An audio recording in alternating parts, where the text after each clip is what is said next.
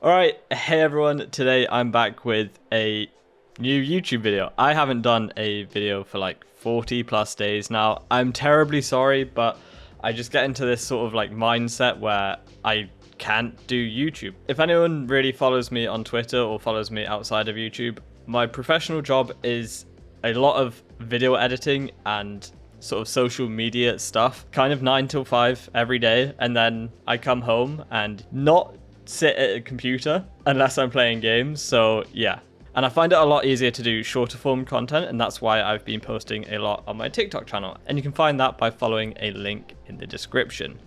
But anyway, I'm going to stop rambling now. Today I was given the idea to do a tier list of survival games that I've either played or heard of, and you know, give my opinions on them and rank them from best of the best, great, good, average, can't say it was much fun, and not played. So yeah, without further ado, let's get into this. I do just want to say actually a shout out to the person that suggested this, and that is UC or Usa. I'm sorry if I pronounced it wrong, but yeah, anyway, let's jump into this. So we're gonna start just with how they're laid out. This was a pre-made one on Tier Maker. I just searched survival games and this was the first one that came up. So Vega or Vega is actually made by Bohemia Interactive, which are of course the creators of 𝙬𝙤. And if you don't know too much about this game, kind of think of Escape from Tarkov, but not quite as in-depth and third-person shooter. And it's also free to play.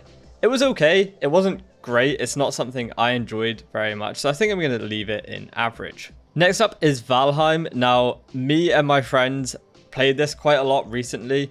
It's a very good game. I can see why it sort of blew up as soon as it was released. I think this was made by a very small studio, and at the time it was one of the most played games on Steam. It is an incredible game, and I definitely recommend picking it up if you haven't already played it. It's a great game. Kind of think of Minecraft with a more Norse or mythological setting with world bosses as well. And it's a really intuitive game as well. There's a lot of interesting features in this game. I definitely do recommend it. All right, next up is Subnautica. Now, I think I've only ever seen videos of this because like water survival games don't necessarily interest me. So I think it's fair to say I can put this one in not played. Now, Terraria, for me, I have a lot of stories about this game. One of the funnest stories, I guess, is that when me and my friends played this game, one friend in particular just decided to dig a massive hole and not really play the game. I had a good amount of fun on this game. I didn't play it for too much, but yeah, I would recommend it if you do like survival games. Again, similar to Minecraft, but of course it has that 2D setting, or yeah, I guess setting. It is a good game. It has a lot to offer, and if you're into those types of games, you know, like Minecraft, like Valheim, but more of a 2D setting, then yeah, I would recommend it. Now, Green Hell. I played this a little bit. I think I've covered it on the channel, or if not, I think I received a key and tried to make a video on it, but it was too story driven for my liking. When it comes to survival games, I love to play a survival game and not really have my hand held. With that being said, there's a lot of depth to this game. There's a lot of really cool features, and it does look really nice. So I think it belongs in average because, like I said, I didn't play it too much and I didn't get around to making a video on it, although I was provided a key. But again, if you like more story-driven survival games with a lot of depth, Green Hell is definitely the one for you. And I believe there's been a couple of DLCs or expansions very recently, so who knows, maybe I'll jump back into that. But I'm going to leave that one in average for now. Now, Stranded Deep is another one of those sort of water survival games. I don't think I've played this one. I have played one, and I'm pretty sure it's going to be coming up in a minute. But yeah, I'm going to leave this in not played. I mean, the ones that I do put in not played, let me know in the comments if you think I should give them a go. And maybe we can make some videos on the survival games that I haven't played. Another one that I haven't played, unfortunately, is Ark. The whole dinosaur survival setting, again, doesn't necessarily appeal to me.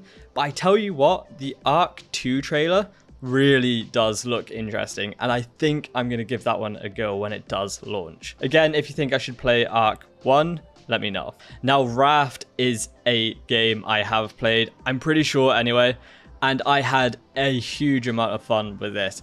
I actually have really good memories with this game because when I moved to Malmo about 3 years ago now, one of my friends at work introduced me to this game and we played it a fair bit. Yeah, so I just have great memories about this game. And I think, you know, I'm going to move it up to great just because of the memories and how much fun I had on this. And I was quite bad at this. I remember always falling off of the raft as well. So yeah, I'm going to leave this one in great. Now, I think I would be doing this one unjust if I put it in anywhere apart from best of the best. I don't need to describe Minecraft. It is just an incredible game. And it feels like every couple of months, me and my friends have a server and we play Minecraft. The latest updates have also been extremely interesting. I really like the caves update. I haven't played the latest one, but yeah, Minecraft is, you know, it's pretty much the GOAT. 𝙬𝙧𝙧 for me is going to go in average. I played this a lot with a friend, I don't know, about 3 or 4 years ago maybe. It's a really pretty game. It's got some really nice art style to it, but I just haven't played it much. I played it probably about 12 hours in total, and like I said, this was maybe even if it launched in early access. Like I said, I haven't played this game for a very long time. I enjoyed what I did play of it, but I just didn't play it enough. Now, 𝙬𝙤 for me is going in best of the best. It's one of those games that has a really incredible story. Started off as a mod and kind of birthed the battle royale genre. It then went on to a standalone game where it was, you know, a lot of people hated the state it was released in. And honestly, the past 2 or 3 years, it's just gone from strength to strength. 𝙬𝙤 has a lot to offer and is probably one of the greatest all-time survival games. I absolutely love it. I'm forever watching streamers play it. I play it from time to time myself, but yeah, 𝙬𝙤 is definitely belonging in best of the best for me. Conan Exile, I haven't played, unfortunately. It's not one that stood out to me. Now, I've not heard of this game, so it's just gonna go in not played. Star Sand, yeah, I think I launched it and played it for an hour or so, and then, yeah, I like the idea. It didn't really pull me in like I'd love a survival game to do. No Man's Sky is gonna go in great. Now, I have a really interesting story about this. I think it was this YouTube channel, I started a Let's Play probably 2 or 3 days after this game released, and my PC could not run it because of how bad the optimization was of this game. Yeah, and if you were around or if you had any interest in this game at launch, it was interesting to say the least. But since then, much like 𝙬𝙤, it has just gone from strength to strength. Now, I haven't played it much since launch. I see a lot of raving reviews about it, and it's definitely one I want to pick up again. But I'm putting this in great because of how well it's turned its life around. It looked like it was just destined to sort of collect dust in the early access section on Steam. But yeah, it's just blown up, and after recording this video, actually, there is a brand new update pretty much out now. So yeah, it's definitely one that belongs in great for the life it's had and how it's been turned around with the developers. Next up is 7 Days to Die. Played a little bit of this. It was pretty good. Pretty sure I made a video on it as well. This is going to go in good for me. I enjoyed it. The Forest is also going to go in good for me. I remember playing this pretty early on in its launch, and it terrified me. I'm really bad with horror survival games, but The Forest has a lot to offer, and I really like the idea of a plane crashing on like an island or a landmass, and it's got a really spooky story behind it, and I'm really looking to the Sons of the Forest, the sequel to this game. So yeah, for me, this one belongs in good as well.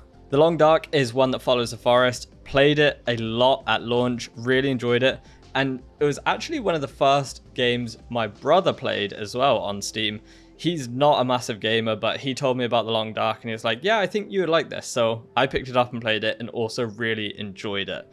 So yeah, I guess shout out to my older brother that hardly plays games. Now, this may surprise you. Scum is going to go into can't say it was fun. Yeah, it's too weird for me. I don't like the robots. I don't like the weird CCTV thing that follows you around. I don't like that if you're in a firefight, your guy can just need to crap. Like, I don't know. There's a lot to enjoy in this game, but it's definitely not a game for me. I would love a more watered down version of Scum where, I don't know, the AI isn't massive robots that you have to dodge at an airfield. I don't know, like, I like some of the features to the Scum, and it would be a game that if I was making my dream survival game, I would take things from. But yeah, when I've played it, I don't last very long. And that's not just because I'm bad at games, it's just because it's not for me. And I think that's okay. Now, I'm guessing this is Fallout 76. It's Fallout games that I haven't actually touched at all. So it's going to go in not played for me. Same with Don't Starve, unfortunately. I've not played this one. It doesn't appeal to me. The aesthetic of the game isn't something that screams, you know, come and play me. But like I've said for many of these games that I've put in not played, let me know if I should play them. And last but not least, Rust. Now this is it's an interesting survival game. It has interesting players. It has an interesting community. It's just interesting. I have played it a bit. I've played it with many different friends. I have had fun playing it, but it's extremely time consuming, and you almost need to kind of treat it like a job outside of a job. You need to pretty much play it every day. You need to keep an eye on your base. You need to make sure you're not being raided. You need to put a lot of time in it to sort of keep up with other players. Now, of course, there is PvE servers and things like that, but when you're playing PvE on a game like Rust, you're kind of locking yourself out of a lot of the content. But Rust, for me, belongs in good. It is a very nice game. It's, you know, it does a lot of right survival things, and it also has continuous updates as well. Some that actually make me download the game again from time to time and give it a go. So yeah, there you have it, a bit of a different video. If you agree with my takes on survival games, let me know by leaving a comment. And if you enjoyed this video, please do let me know. You can either do that by leaving a like, leaving a comment, or by leaving a dislike so I know how you feel about potential future videos in this style. But yeah, if you want to do this for yourself, feel free to, and then send me screenshots of how you've organized them on my Twitter. You can find all links to this and my social medias in the description. But with that being said, thank you so much for watching this video, and hopefully I'll see you all in the next one. Take care, and bye bye.